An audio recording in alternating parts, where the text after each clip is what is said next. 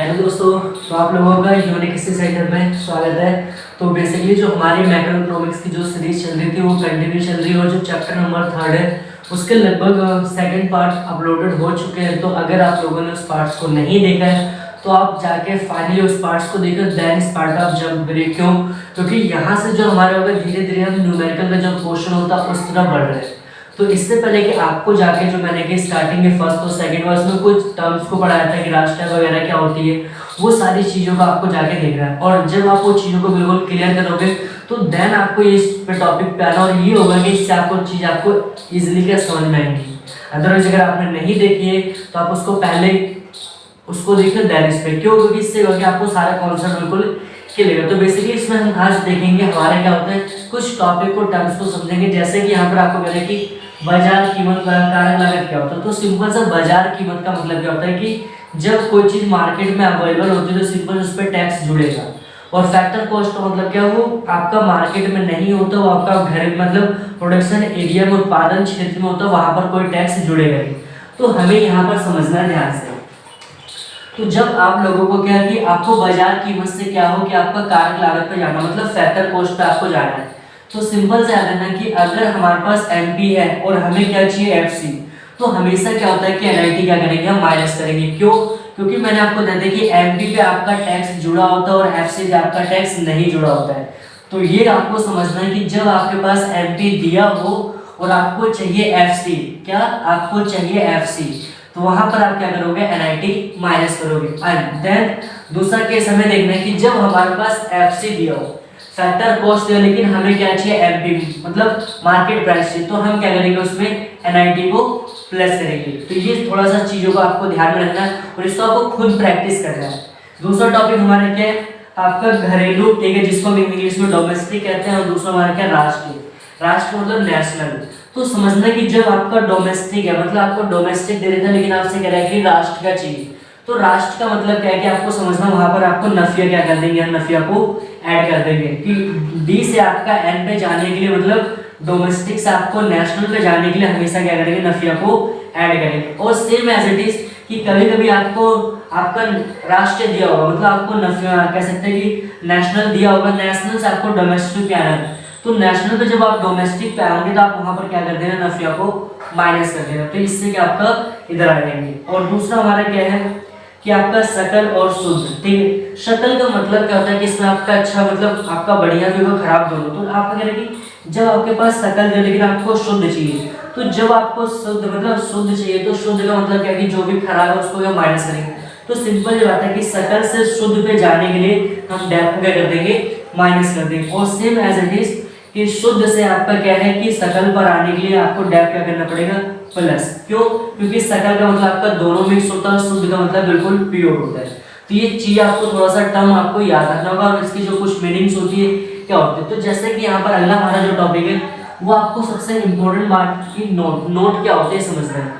तो नोट में आपको 3 चीजें बेसिकली याद है और जिससे कि आपके सारे के सारे जो टर्म्स होंगे बिल्कुल आपको क्लियर रहेंगे। तो नोट से यहाँ पर कह रहे हैं कि जैसे कि आपको अगर कभी कभी क्वेश्चन होगा कि आपको एनआईटी नहीं दिया होगा, क्या क्वेश्चन में आपको एनआईटी नहीं दिया होगा, तो एनआईटी निकालने के लिए क्या होता है, एनआईटी की फुल फॉर्म सिंपल मतलब होता है कि नेट इनडायरेक्ट टैक्स, शुद्ध अप्रत्यक्ष कर। अगर ये नहीं दिया होगा तो आप लोग क्या करोगे, आईटी जो दिया होगा इनडायरेक्ट टैक्स, उसमें से आप सब्सिडी को माइनस कर दोगे। आईटी आपका अप्रत्यक्ष कर, उसमें से आप सब्सिडी को माइनस कर दोगे तो आपका क्या जाएगा, एनआईटी।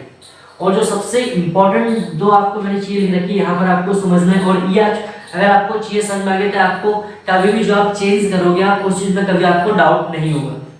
तो यहाँ पर मैंने क्या लिख रखा है, कह रहा है कि पहले स्थान पर, मतलब अगर आपका कोई भी टर्म्स आपसे कुछ भी निकला रहा है, अगर आपका पहले स्थान पर एन आता है तो आप समझ लेना जो एन होगा वो किस चीज को दर्शाएगा, वो नेट को दर्शाएगा। नेट मीन्स शुद्ध को दर्शाएगा, ठीक। अगर दूसरे स्थान पर आपका एन आ रहा है तो हमेशा वो किस चीज को मेजर करेगा, वो राष्ट्र को करेगा। तो यहाँ पर बेसिक की पूरी जो हम आने वाले जो हमारा लास्ट चैप्टर 4 होगा उसमें जो मेथड इस्तेमाल करेंगे तो हमें ये चीजें काम आएंगे वहां पर। तो बेसिकली हमें टोटल 8 टर्म्स पढ़नी है और इन 8 सम को आपको याद भी होना चाहिए कि क्यों, क्योंकि आपका होगा पेपर में हिंदी देगा लेकिन उसको आपको इंग्लिश खुद बनानी पड़ेगी।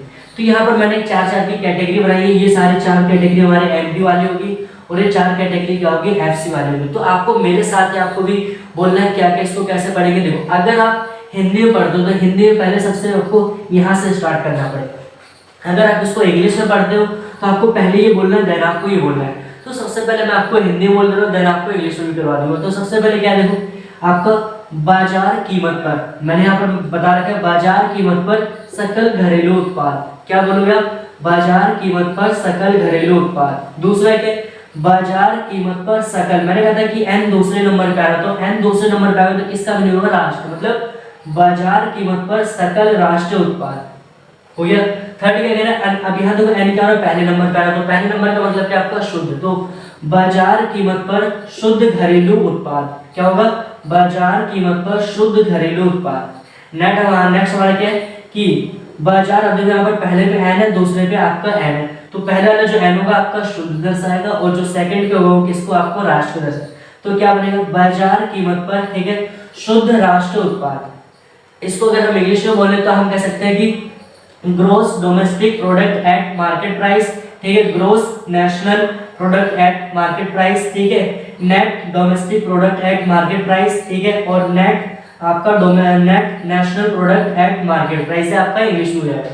इधर हम देखिए, इधर हमारी एफसी वाली टर्म्स है, तो एफसी में देखो इसका मतलब होता है कारक। मैंने कहता है कि हिंदी है तो हिंदी में सबसे पहले आप इधर से चलोगे और इंग्लिश में आपका इधर, दोनों चीजें एक दूसरे का अपोजिट होती है। तो अगर हम इसकी बात करें तो एफसी का मतलब होता है कारक लागत, तो कारक लागत पर सकल घरेलू उत्पाद, ठीक है, कारक लागत पर सकल राष्ट्रीय उत्पाद, राष्ट्रीय क्यों आ रहा है, क्योंकि एन सेकंड नंबर पर, तो मैंने आपको क्या बताया था कि एन हमें क्या पढ़ना है, सेकंड नंबर पर। तीसरा क्या है, कारक लागत पर शुद्ध, ठीक है, घरेलू उत्पाद, क्यों हम शुद्ध पढ़ रहे हैं, क्यों, क्योंकि एन यहाँ पर क्या है, इसका प्लेस क्या है, पहले नंबर पे। और अगर हम बात करें दूसरा के लास्ट है कि कारक लागत पर शुद्ध, ठीक है, राष्ट्रीय उत्पाद, ये हो गया। अगर हम इसको इंग्लिश में बात करें तो क्या होगा आपका, gross domestic product at factor cost, ठीक है, gross national product at factor cost, ठीक है, net domestic product at factor cost, net national product at factor cost. ये हमारा क्या होगा इंग्लिश में। तो आप इस चीज को नोट डाउन करो, आप इसको कई बार मतलब इसको बोल बोल के आप रिवाइज करो, इससे क्या होगा कि आपको चीजें बिल्कुल बनाना इजी हो जाएगा। तो ये हमारा थोड़ा सा न्यूमेरिकल टर्म्स था। अब यहाँ पर हम जो क्यों, क्योंकि ये सारी चीजें हम जब न्यूमेरिकल हम करेंगे तो वहां पर हमें काम आएंगी। सो आई होप कि आपको वीडियो पसंद आ रही होगी। वीडियो को लाइक करिए, शेयर करिए और चैनल को सब्सक्राइब करना ना भूलें। Thanks for watching this video.